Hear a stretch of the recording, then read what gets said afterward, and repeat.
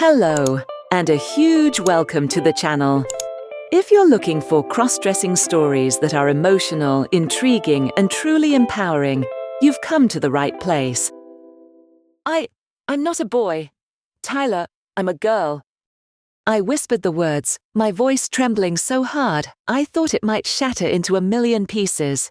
His hands were still wrapped around my waist, a warm, solid presence against the thin silk of my dress. Right there in the blinding fluorescent light outside the dark movie theater, the entire world seemed to hold its breath in that single, terrifying second. Subtitle: The First Time. He looked at me like a girl. For 3 years, I had lived a life split in two. There was Alex, the quiet, lanky boy who slouched through the school hallways in oversized hoodies, invisible and unremarkable. And then there was Aubrey, the person I became the moment I closed my bedroom door. Aubrey was the real me. My transformation was a sacred ritual.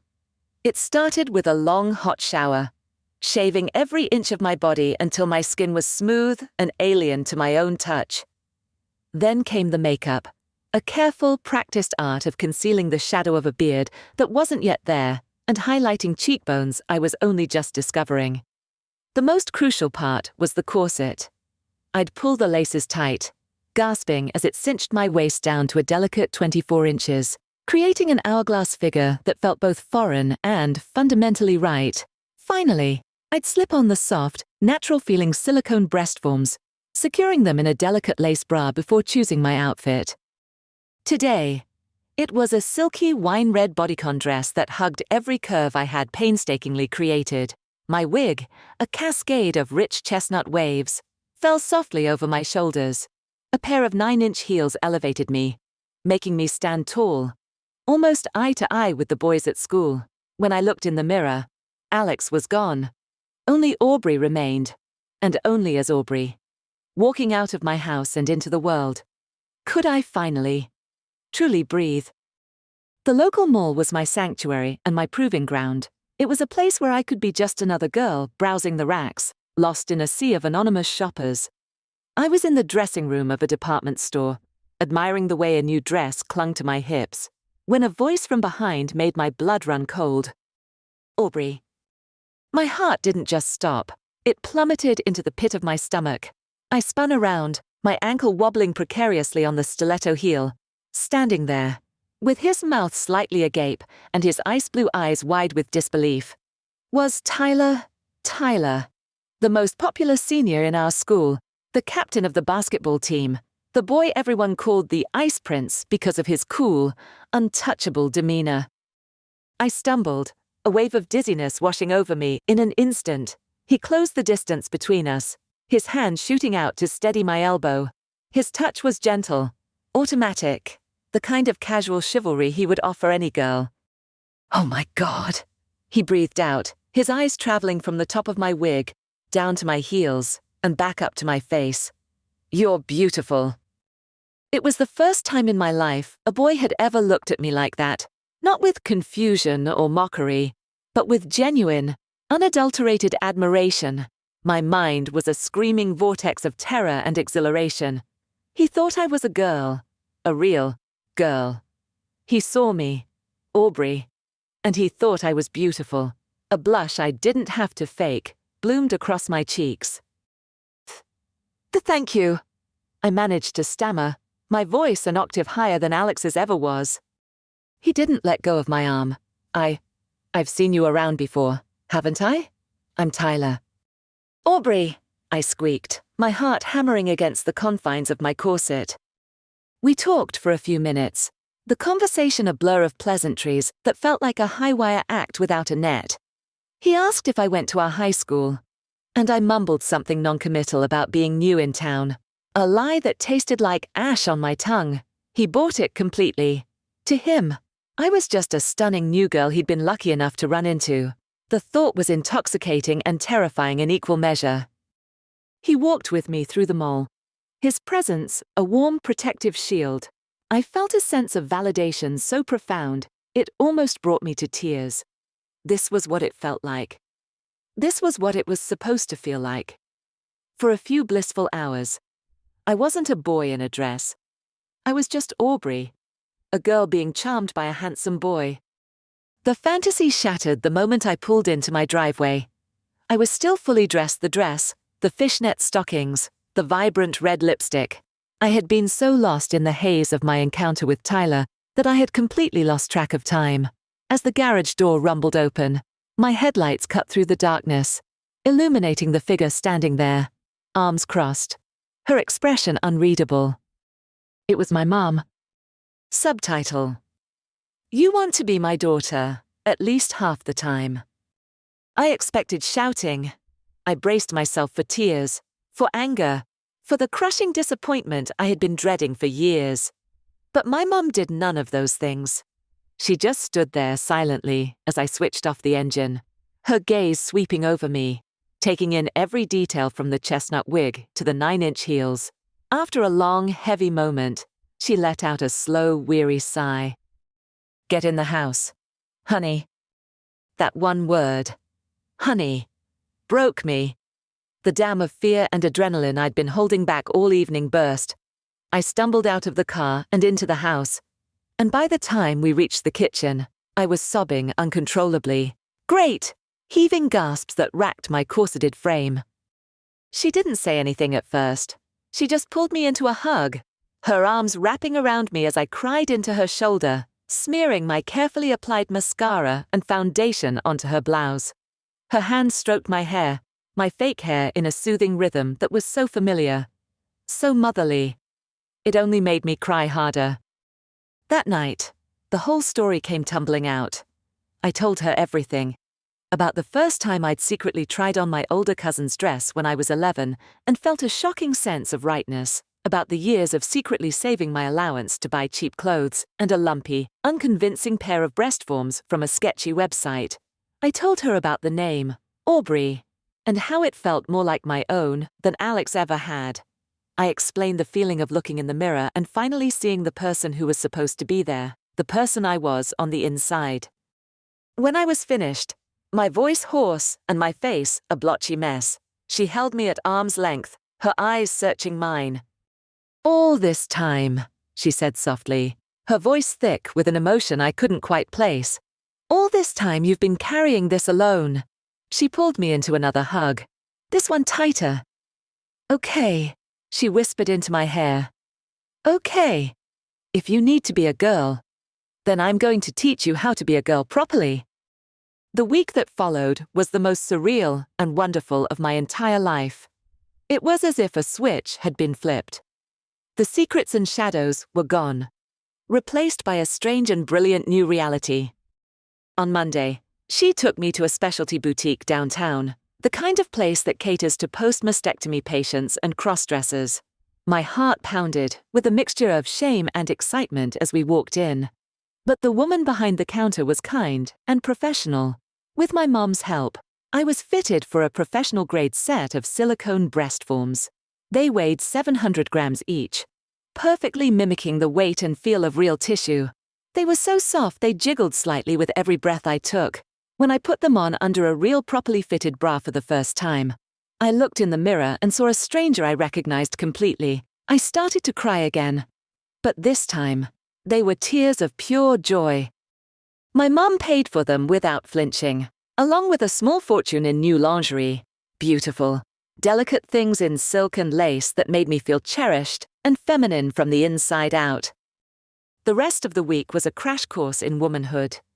She taught me how to walk with my hips, not just my legs. We practiced in the living room, me stumbling in my heels while she offered gentle corrections.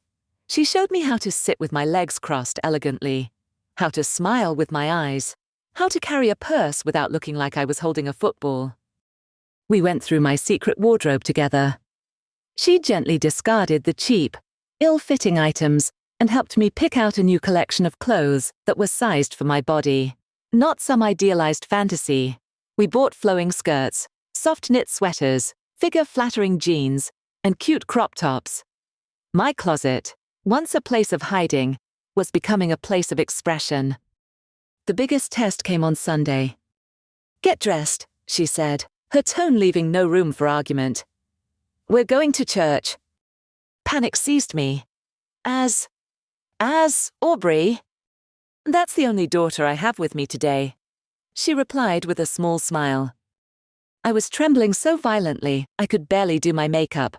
Walking through the mall was one thing. Walking into our community church, where everyone had known me as Alex my entire life, was another. I wore a conservative but pretty floral sundress, modest heels, and kept my makeup subtle. As we walked up the steps, I gripped my mum's hand so tightly my knuckles were white. A few people smiled politely. Mrs. Henderson, from down the street, approached us. "Good morning, Claire," she said to my mom. Then smiled at me as "My, your niece has grown into such a lovely young woman I almost didn't recognize her." My mum squeezed my hand. "They grow up so fast, don't they?" she said, her voice perfectly level. I felt a giddy, light-headed rush. It worked. No one suspected a thing. They just saw a girl with her mum. For the first time, out in the open, in the full light of day. I felt completely and utterly real. Subtitle: The glue that would keep me a girl for 60 days. 2 days later, my phone buzzed with a text message that made my newly real world spin on its axis. It was from Tyler. "Tyler, hey, it's Tyler from the mall. I know this is random, but I can't stop thinking about you. Would you want to go see a movie with me on Friday?" My fingers hovered over the keyboard, my mind racing. This was insane. This was a fantasy. Alex, the invisible boy, would never get a text like this. But Aubrey, the beautiful girl from the mall, did, before my fear could talk me out of it. I typed back a simple, breathless reply. "Aubrey, I'd love that." Friday night felt like a dream. I spent hours getting ready, my mum helping me choose the perfect outfit, a soft cashmere sweater that clung to my new curves, and a dark denim skirt that showed off my long legs. She even helped me perfect a smoky eye. Her steady hands, a calming influence on my jittery nerves. When Tyler picked me up, he looked even more handsome than I remembered. He handed me a single red rose, his eyes drinking me in with that same look of admiration from the mall. "Wow. Aubrey," he said, his voice a low murmur. "You look incredible." In the darkened theater, he reached for my hand, his fingers laced through mine, his thumb stroking the back of my hand gently throughout the entire 2-hour film. I don't remember a single thing that happened on screen. My entire universe was focused on the warmth of his hand, the subtle scent of his cologne, and the terrifying, exhilarating reality that I was on a date with Tyler as a girl. When the credits rolled and the lights came up, he turned to me, his blue eyes soft and serious. "I had a really great time tonight." "Me too," I whispered, my voice barely audible. He leaned in slowly, giving me every chance to pull away. I didn't. I couldn't. His lips met mine in a kiss that was gentle, warm, and utterly perfect. It was my first kiss. My first real kiss, and it was everything I had ever imagined it would be. In that moment, he believed I was a girl. And because he believed it, I believed it too. I melted into him, a puddle of pure, unadulterated bliss. The drive home was a silent, happy blur, but when I got back to my room and closed the door, the euphoria began to curdle into a frantic, desperate thought. I want this forever. I didn't want to take off the makeup, the clothes, the body. I didn't want to wake up as Alex tomorrow. I wanted to be Aubrey, always. The thought of taking off my breast forms, of seeing that flat, boyish chest in the mirror again, felt like a physical blow. And that's when I did something incredibly, monumentally stupid. Months ago, I had ordered a tube of medical-grade adhesive online. It was the kind professional cosplayers and drag queens used to secure prosthetics for long conventions. It came with a stark warning printed in bold red letters on the side. Warning creates a semi-permanent bond. Do not apply directly to skin unless you intend for the prosthetic to remain in place for up to 60 days. Early removal can cause severe skin damage. At the time, I'd been too scared to even open it. But now, high on the thrill of my first kiss and terrified of losing the feeling, it seemed like the only logical solution. With trembling hands, I unscrewed the cap. I carefully applied the clear, potent-smelling glue to the back of each silicone form, then pressed them firmly against my chest. The cold shock of the adhesive was followed by a strange, tingling warmth as it began to set. I held them in place for 5 minutes, my heart pounding a frantic rhythm against my ribs. When I let go, they stayed. They were a part of me. I stood in front of the full-length mirror, my hands tracing the permanent new curve of my chest through my sweater. They moved with me, felt connected to me in a way they never had before. A wild, manic smile spread across my face. I was Aubrey now, for the next 2 months. There was no going back. The next morning, the reality of my impulsive decision came crashing down. I had forgotten to lock my bedroom door. My mom walked in with a basket of clean laundry just as I was getting out of the shower, a towel wrapped around my waist. She froze in the doorway, her eyes widening as she stared at my bare chest. My very, very female-looking bare chest. Her face went pale. "Alex, what did you do?" she whispered. Her voice filled with a dawning horror. I couldn't meet her eyes. They're stuck. "Mom." She stepped closer, her hand hovering over my chest as if she was afraid to touch it. "What do you mean?" "Stuck." I explained about the glue. The 60-day warning. The color drained completely from her face. She sank onto the edge of my bed, her head in her hands. "Oh, honey," she said, her voice muffled. "Do you have any idea what this means? You can't wear your boys' clothes anymore. You can't bind this down. How are you going to go to school on Monday?" Subtitle: Either you continue pretending to be a boy and live in pain, or you go to school as who you are. The weekend was a blur of quiet panic. We tried everything: oil, alcohol, special removers, but the medical adhesive was unyielding. My skin grew red and raw from the attempts, but the forms remained fused to my chest. The reality was stark and unavoidable for the next 2 months. I had breasts. Real-looking, C-cup breasts. There was no hiding them. Sunday evening. My mom sat me down at the kitchen table. Her expression was grave, but her eyes were full of a fierce, protective love. She laid out the options, her voice soft but firm, leaving no room for negotiation. "You have 2 choices." "Honey," she said, her hands wrapped around a mug of tea. "Option 1. We try to hide this. You wear the baggiest hoodies you own. You slouch. You spend every second of every day at school terrified someone will notice. You live in physical and emotional agony, pretending to be a boy when your body is screaming that you're not. Or, there's option 2. She paused, letting the weight of her words sink in. "You go to school tomorrow as Aubrey. You walk in there with your head held high and you show them exactly who you are." My breath caught in my throat. "I can't," I whispered, the words tasting like fear. "They'll destroy me." "Maybe," she conceded. "Or maybe you'll finally be free." She reached across the table and took my hand. "Tomorrow is Monday. The choice is yours." That night, I couldn't sleep.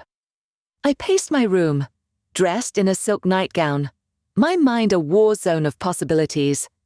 I was staring out my window, watching the rain streak down the glass, when a soft tapping sound came from outside. I peered closer and saw a figure huddled under the small overhang of our porch roof. It was Maddie. Maddie had been my next-door neighbor and best friend since we were 5.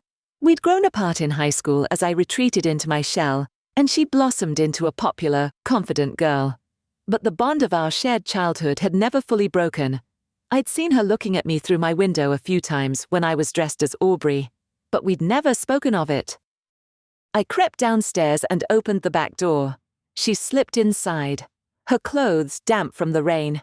She didn't look shocked or disgusted. Her eyes, wide and compassionate, were fixed on my chest, clearly visible under the thin fabric of my nightgown. "Oh my God!" she whispered, but not in a bad way. It was a whisper of awe. "It's true.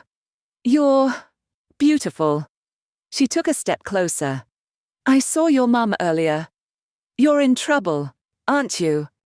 I broke down and told her everything about Tyler. The kiss, the glue, the ultimatum.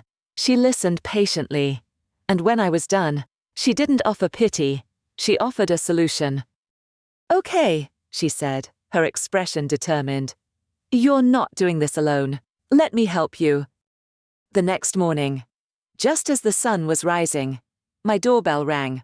When I opened it, Maddie was standing there, a huge makeup bag in her hand, and next to her, looking sleepy but resolute, was her twin brother, Logan. My heart did a painful flip. Logan. I'd had a secret, hopeless crush on him since the 9th grade. He was quiet, artistic, and kind, the complete opposite of Tyler's loud, jockish charisma. He played guitar in a band and always had a sketchbook in his hands. He was also, in my opinion, the most beautiful boy I had ever seen. He stared at me, his gaze lingering for a moment on my face, my hair, my chest. I clutched my silk robe tighter, convinced he was about to laugh or run away. Instead, a slow, genuine smile spread across his face. "Wow," he said softly. "Maddie wasn't kidding. You look really good." He met my eyes, and there was no judgment in them, only a surprising warmth. "So, are we doing this? You going to school? We'll go with you." I didn't know it then, but Logan had spent half the night on the phone. He had sent a mass text to half the varsity basketball team, the very kings of the school that I was so afraid of. The message was simple. "My friend is in trouble and needs our help. Tomorrow. We're showing solidarity. We're all wearing skirts." When our school bus pulled up to the curb, I took a deep breath. Maddie had done my makeup, a natural look that made my eyes pop.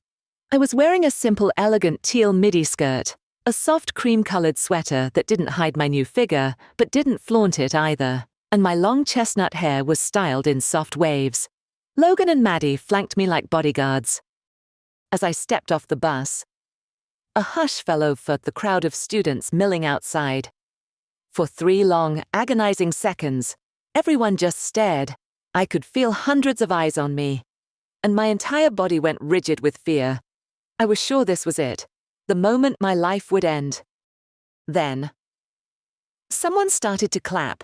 It was one of the basketball players, a giant of a boy named Kevin, who was, to my utter astonishment, wearing a plaid pleated skirt over his jeans. Then another player started cheering, and another. Within seconds, the silence was shattered by an eruption of whistles, cheers, and applause. It wasn't mocking. It was supportive. Across the lawn, I saw at least a dozen of the most popular, intimidating boys in school, all wearing skirts of various shapes and sizes. Logan grinned and nudged me forward. "See?" he murmured, his voice close to my ear. "No one's gonna mess with Aubrey." I walked into school that day, not as a freak, but as a girl. And for the first time, I felt like I might actually survive. Subtitle: I like you both. When you're Aubrey and when you weren't brave enough to be. The school day passed in a surreal haze. Teachers, likely briefed by the principal, didn't bat an eye when they called out Alex on the attendance, and I answered. Students mostly kept their distance, whispering and staring, but the blatant support from the jocks acted as a powerful deterrent against any open hostility. The one person who couldn't seem to look at me was Tyler. I saw him in the hallway between classes, and his eyes met mine for a fleeting second before darting away. A look of profound confusion and betrayal on his face. He didn't understand. He had kissed Aubrey, the mysterious new girl. He couldn't reconcile her with Alex. the quiet boy from his English class. He started avoiding me. And while it stung, a deeper part of me understood. He was attracted to the illusion, not the person. Logan was the opposite. He seemed to be everywhere I was. He sat with Maddie and me at lunch, talking about his band, and asking about my day as if it were the most normal thing in the world. He walked me to my classes, a silent, steady presence at my side that spoke volumes. He didn't treat me like a curiosity, he treated me like me. After school, as I was walking toward the bus stop, a sudden downpour started. I didn't have an umbrella and was about to make a run for it when a large black umbrella suddenly appeared over my head. I turned to find Logan standing beside me, his shoulder brushing against mine. "Didn't want your hair to get ruined," he said with a small, shy smile. We stood there for a moment in comfortable silence, the sound of the rain drumming on the umbrella all around us. "Thank you," I said, my voice barely a whisper. "For today. For everything." He shrugged, but his eyes were intense. "It was nothing. I couldn't stand the thought of anyone giving you a hard time." He paused, taking a deep breath. "Look, Aubrey, or Alex, I don't care what you call yourself. I've liked you since 9th grade. You idiot!" My head snapped up to look at him. "What?" "It's true," he said, a faint blush creeping up his neck. "I just never knew how to say anything. You were always hiding inside that giant hoodie, so quiet and closed off. I didn't think I had a chance." He gestured vaguely at me. This is the first time I've seen the real you, the one who isn't afraid, and you're even more amazing than I thought." My heart felt like it was going to beat its way out of my chest. The world seemed to fade away, leaving just the two of us under the umbrella, surrounded by the rhythm of the rain. He leaned in, his movements slow and deliberate, just like in the movie theater. But this time was different. This wasn't a fantasy. This was real. He wasn't kissing a girl he just met. He was kissing the person he'd known for years. His lips were soft and hesitant at first, then grew more confident as I responded. It was a kiss that tasted like rain and truth. Under my sweater, the cold, wet fabric clung to my skin, and I was acutely aware of the silicone forms pressed against my chest, a constant reminder of my strange, in-between state. But for the first time, it didn't feel like a lie. They were just a part of the journey, a bridge from who I was to who I was becoming, and Logan was kissing me anyway. He was kissing all of me. From that day on, something shifted permanently. I wasn't Alex pretending to be Aubrey anymore. I was just Aubrey. At school. At home. Everywhere. And I wasn't alone. Subtitle: The first time I had breasts of my own. And the first time I cried from happiness. The 60 days of my self-imposed sentence passed with agonizing slowness and breathtaking speed. Living as Aubrey full-time was a revelation. It was exhausting and terrifying, but it was also liberating in a way I could never have imagined. Logan and I became inseparable. Our relationship a quiet, steady anchor in the storm of my transition. He held my hand in the hallways. He helped me with my homework. And he never once made me feel like I was anything less than the girl I knew myself to be. The day the adhesive finally began to lose its grip was a momentous one. With my mum's help, I was able to gently peel the silicone forms away from my skin. Looking at my flat, boyish chest in the mirror felt strange, like looking at an old photograph of someone I used to know. The forms had been a crutch, a beautiful, necessary lie. But now, I was ready for the truth. On my 17th birthday, my mom gave me a card. Inside, there was no money, just an appointment confirmation with an endocrinologist at the city's gender identity clinic. Her support had been my bedrock, the foundation upon which I had built this new life. The doctor was kind and understanding. We talked for hours about my journey, my feelings, my hopes for the future.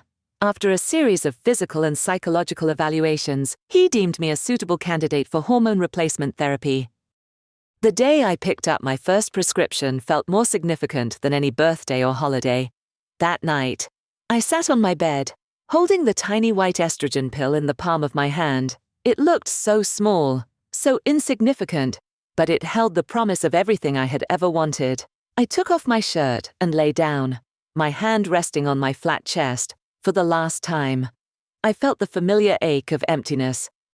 "Welcome home," I whispered to the future me. Then I swallowed the pill with a glass of water. The changes were subtle at first, then startlingly rapid. My skin grew softer. The sharp angles of my face began to soften into gentle curves. My emotions were closer to the surface, more intense and vibrant. And then, one morning, about 3 months in, I woke up with a dull ache in my chest. When I pressed down, I felt them small, hard lumps under my nipples, my breast buds. They were real. They were mine. I lay in bed and cried for an hour, tears of pure, unadulterated happiness. A year later, at our high school graduation, the world was a different place.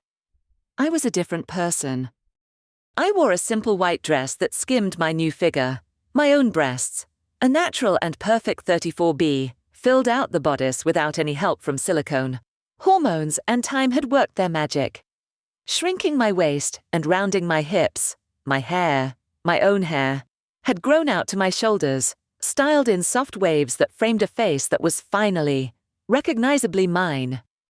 As I stood waiting to receive my diploma, a pair of strong arms wrapped around my waist from behind. Logan rested his chin on my shoulder, his voice a warm whisper in my ear as the photographer's flashbulbs went off around us. "You are the most beautiful person here tonight, Aubrey." I turned in his arms and smiled. My heart so full it felt like it might burst. Tears welled in my eyes. But for once, they weren't tears of sadness or fear. They were tears of relief, of gratitude, of a joy so profound it was almost painful. "I'm finally me," I whispered, my voice thick with emotion. He leaned down and kissed me. A sweet, lingering kiss that promised a future I was no longer afraid to claim. I knew my journey was far from over. There would be more challenges, more changes, more moments of doubt.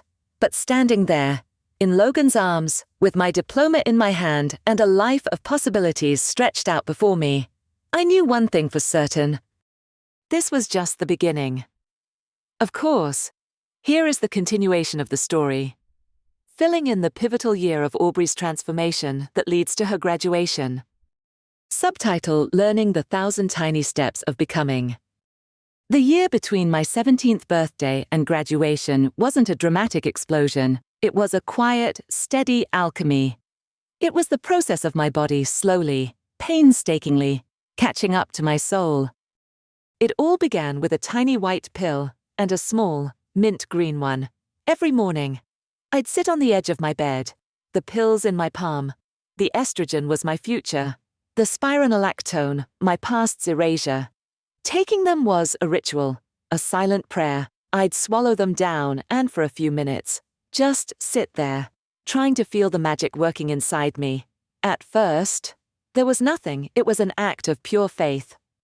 Then, about 3 months in, the first real sign appeared. I woke up to a dull, persistent ache in my chest. It wasn't a bad pain. It felt more like a deep, muscular soreness, the kind you get after a good workout. When I cautiously pressed on my pecs, I felt them too small, hard, and exquisitely tender lumps directly beneath my nipples, my breast buds. I gasped, a sound that was half pain and half pure, unadulterated ecstasy. They were real. They were mine. It wasn't silicone. It wasn't glue. It wasn't padding. It was me. My body was finally listening. I spent the entire morning in a daze, repeatedly pressing on my chest just to feel the tender ache, a beautiful secret pain that confirmed my becoming. With this internal change came a new dedication to my external self. Shaving, which had once been a chore done in secret, became a near-daily ritual of self-care. I'd lock the bathroom door, fill the tub with hot, steaming water, and lather my legs with vanilla-scented shaving cream. The glide of a fresh razor over my skin, leaving behind a trail of impossible smoothness, was deeply satisfying. I'd marvel at my own legs, pale and slender, looking more like a girl's every day. The best part was slipping into bed at night, the cool, clean sheets gliding over my hairless skin. It was a sensory affirmation, a feeling of rightness that seeped into my very bones. My mom, my steadfast guide in this uncharted territory, took me shopping for my first real bra, not the flimsy bralettes I'd worn to hold my forms, but a proper, underwire t-shirt bra. The woman in the lingerie department was professional and kind, wrapping a measuring tape around my burgeoning chest with a practiced air. "You're a 34A. "Sweetie," she announced with a smile. A cup. It was the smallest size they made, but it was the most beautiful letter in the alphabet to me. In the dressing room, my mom helped me hook the clasp, the underwire pressed against my ribs, the cups enclosing my tender, growing breasts in a gentle, supportive hug. I put my sweater back on and stared at myself in the mirror. The shape was subtle, but it was there. A smooth, natural, feminine curve. "How does it feel?" my mum asked, her eyes soft. "It feels real," I whispered, unable to look away from my own reflection. She taught me other things, too. The importance of a good skincare routine, how to choose a foundation that matched my newly softened skin tone, the art of applying a subtle perfume, a light, floral scent that became my signature to my pulse points. These were the 1,000 tiny steps of womanhood that no one ever talks about. The little rituals that, woven together, create a tapestry of identity. I was learning the language of being a girl, not just in my heart, but with my entire body. Logan was my rock through it all. He was endlessly patient with my mood swings, a notorious side effect of the hormonal shift. One afternoon, I'd be giddy with happiness. The next, I'd burst into tears watching a sad commercial. He never made me feel crazy. He'd just wrap his arms around me and hold me until the wave passed. "It's just the estrogen." I'd mumble into his shirt. Embarrassed. "I know," he'd say, kissing the top of my head. "It's okay. I'm right here." He was fascinated and endlessly supportive of the changes.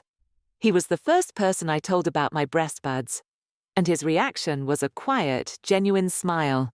"That's amazing. Aubrey," he'd said, his sincerity a balm to my anxious soul. He didn't see me as a project or a curiosity.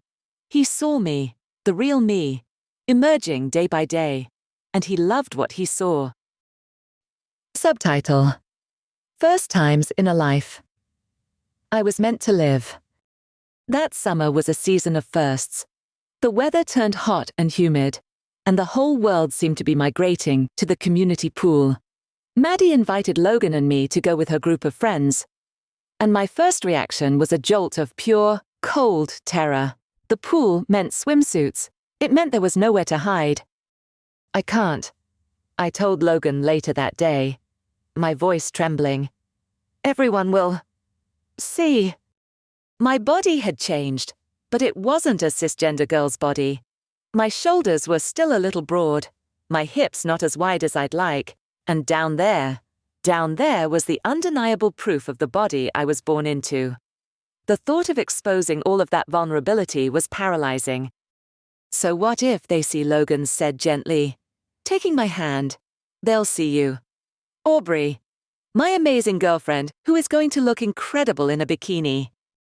His confidence was infectious, but it was my mom who gave me the final push. We went shopping for my first swimsuit. I'd expected to be relegated to frumpy one-pieces, but she steered me toward the bikinis. We found a cute one with a skirted bottom that offered a bit more coverage, and a top with light padding that would enhance my still small chest. Standing in the dressing room, wearing nothing but the 2 small pieces of fabric, was one of the most terrifying moments of my life. I saw every flaw, every trace of the boy I used to be. "Look at me," my mom said, forcing me to meet her eyes in the mirror. "You are a beautiful young woman." Do not let fear steal your joy. You deserve to swim. You deserve to feel the sun on your skin. The day we went to the pool, my stomach was a knot of anxiety. I wore a sundress over my bikini, my hands clutching a towel like a life raft. But when we got there and saw our friends laughing and splashing in the water, something shifted. I wanted to be in there with them. I wanted that joy. I took a deep breath, dropped my dress and towel on a lounge chair, and walked toward the edge of the pool. It was the longest walk of my life.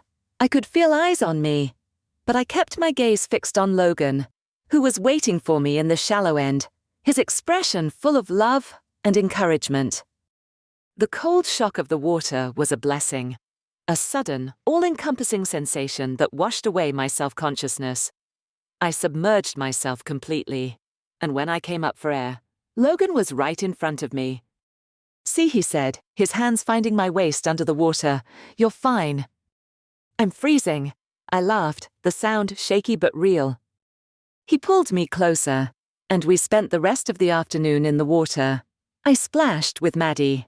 I got into a water gun fight.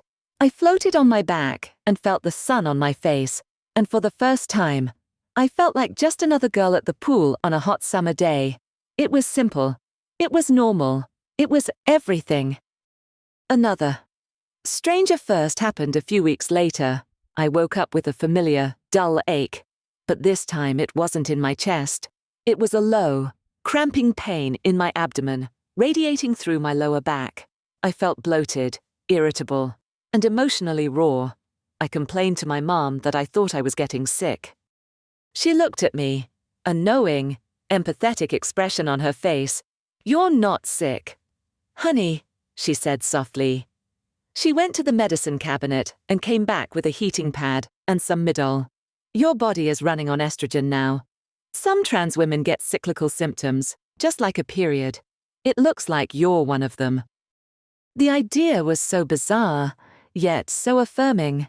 She plugged in the heating pad and wrapped it around my middle, then made me a cup of chamomile tea. I lay on the couch, curled up in a ball, feeling miserable and crampy, and my mum sat with me, stroking my hair.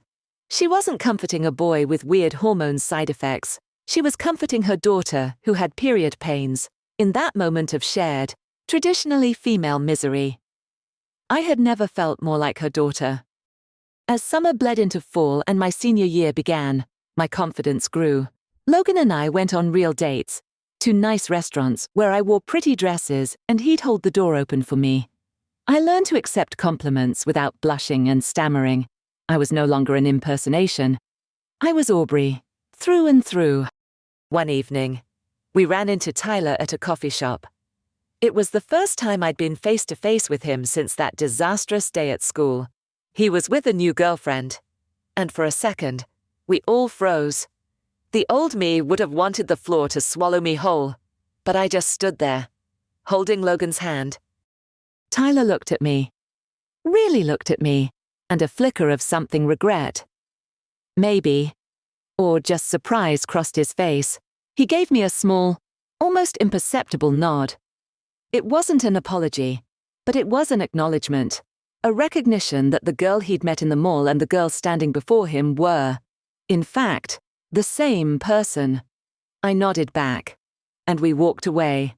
I didn't need his approval anymore. I had my own. Subtitle: The reflection in the mirror was finally a friend. Senior year was nothing like the years that had preceded it. I was no longer invisible Alex, hiding in the back of the class. I was Aubrey, a girl with friends, a loving boyfriend, and a growing sense of self-assurance. I joined the yearbook committee, my artistic eye finding a home in layout and photography. I went to football games, huddled under a blanket with Logan, cheering until my voice was hoarse. Prom was the culmination of everything. Logan, looking impossibly handsome in a classic tuxedo, pinned a corsage of white orchids on my wrist. I wore a floor-length gown of deep sapphire blue that shimmered under the lights. It fit me perfectly, accentuating the waist I still cinched with a more comfortable corset, and flowing over the gentle curve of my hips. As we slow danced, his arms wrapped around me and my head resting on his chest, I felt a profound sense of peace. This was a night I never thought I'd have. I had dreamed of it, of course, but always as a painful fantasy, a life that belonged to someone else. But here I was, living it. "You okay?" Logan whispered, his lips against my hair. "More than okay," I whispered back. "I'm happy." A week before graduation, I had a quiet moment to myself. It was late, the house was silent, and I found myself standing in front of my full-length mirror, just as I had done on that terrifying night I'd glued my breast forms to my chest. So much had changed since then. I slipped out of my pajamas, standing naked in the soft glow of my bedside lamp. I looked at the stranger in the mirror, but she wasn't a stranger anymore. She was my friend. My hair, my own hair, now fell to my shoulders in soft chestnut waves. My face was softer, my jawline less defined, my cheeks fuller, my eyes, I thought, looked brighter, no longer clouded by secrecy and fear. My gaze drifted down to my chest. My breasts were not large, but they were perfectly shaped. And more importantly, they were entirely mine. I cupped them in my hands. The weight and warmth a constant. Comforting miracle. My waist tapered in, and my hips had a gentle definite curve that hadn't been there a year ago. The body was still a work in progress, a canvas that the hormones were still painting on.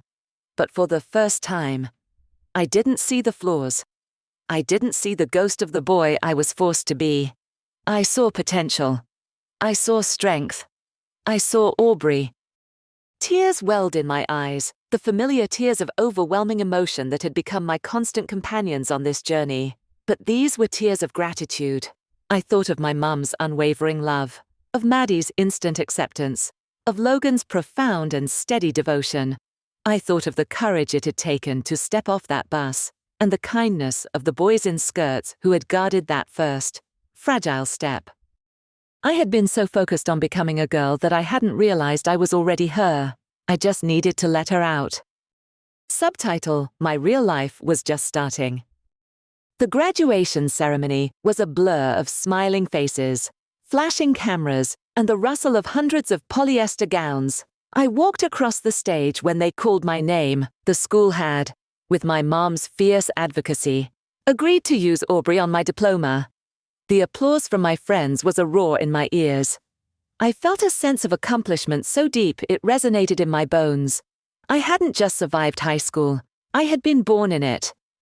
After the ceremony, out on the sun-drenched lawn, my family and friends enveloped me in a flurry of hugs and congratulations.